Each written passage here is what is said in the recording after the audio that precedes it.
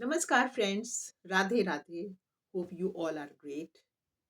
जीवन में हम क्या ढूंढते रहते हैं? जीवन में हमारी बॉटम लाइन क्या है? हम प्रसन्न रहें। और उस प्रसन्नता को कहना चाहिए, हम बाहर ढूंढ रहे हैं, औरों में ढूंढ रहे हैं कि कोई हमें और प्रसन्न कर देगा। कोई हम चीज खरीद लेंगे इस सांसारिक जगत की तो हम प्रसन्न हो जाएंगे। हाँ, उससे मिलती है हमें प्रसन्नता, लेकिन वो क्षणिक होती है। हम क्यों भूल जाते हैं कि जो हमारी आत्मा है वो ईश्वर का अंश है, जो कि पूर्ण सकारात्मकता है। तो प्रसन्नता तो हर पल हमारे भीतर मौजूद है। कस्तूरी की तरह हम इधर उधर भटक रहे हैं और सुगंध उसकी नाभि में है। बिल्कुल कुछ वैसी ही सी स्थिति हमारी है। भोर का उगता हुआ सूरज, उसकी गर्माहट,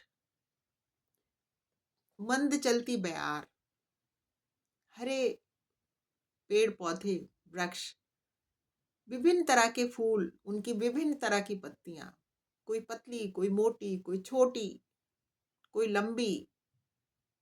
हर फूल का अपना ही रंग और अपनी ही महक। कितनी सुंदर चीजें प्रकृति में चारों ओर है, क्योंकि प्रकृति ईश्वर का अंश है।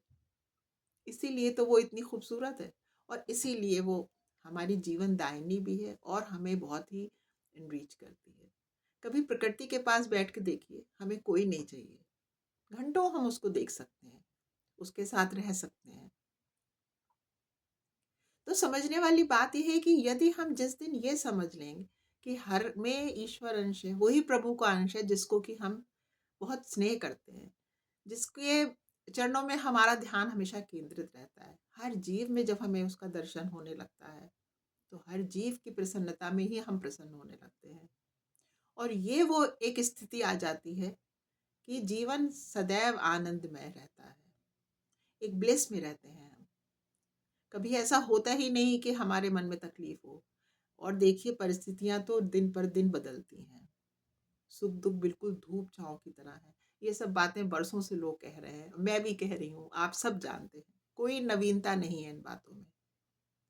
लेकिन बस बात छोटी सी है कि हमारे यहाँ पे समझ में आ जाए। इसीलिए हम लोग कहते रहते हैं और कितने ही लोग कहते रहते हैं।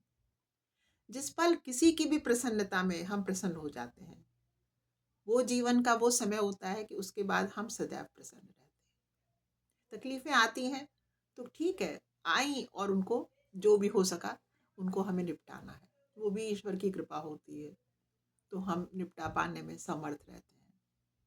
और इस तरह से हर पल एक, जैसे एक जर्नी में होता है ना, सुकून से निकल जाना, बस वैसे ही हमें निकल जाना है। उसमें कोई ऐसा कुछ भी नहीं है कि हमें सोचना है कि हमें कैसे होगा, क्या होगा, कुछ नहीं। एक सहज भाव से चलते चले जाना है। ये देखिए, हमारे राघव बाबू आ गए।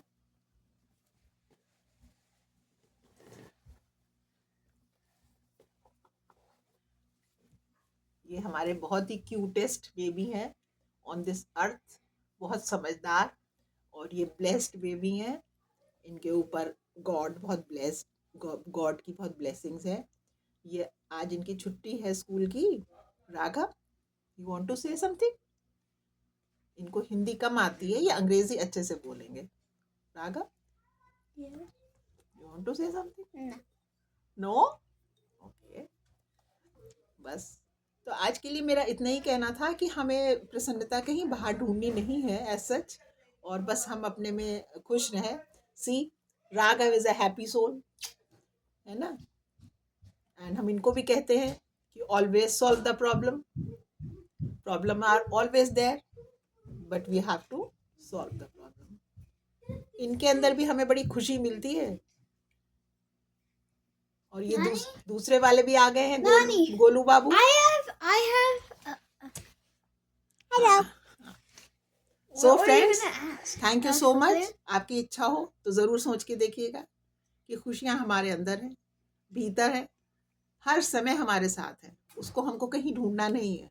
सो we are a happy soul. Thank What you does it feel friends. like, bro? God bless you You're all. cool. नमस्कार।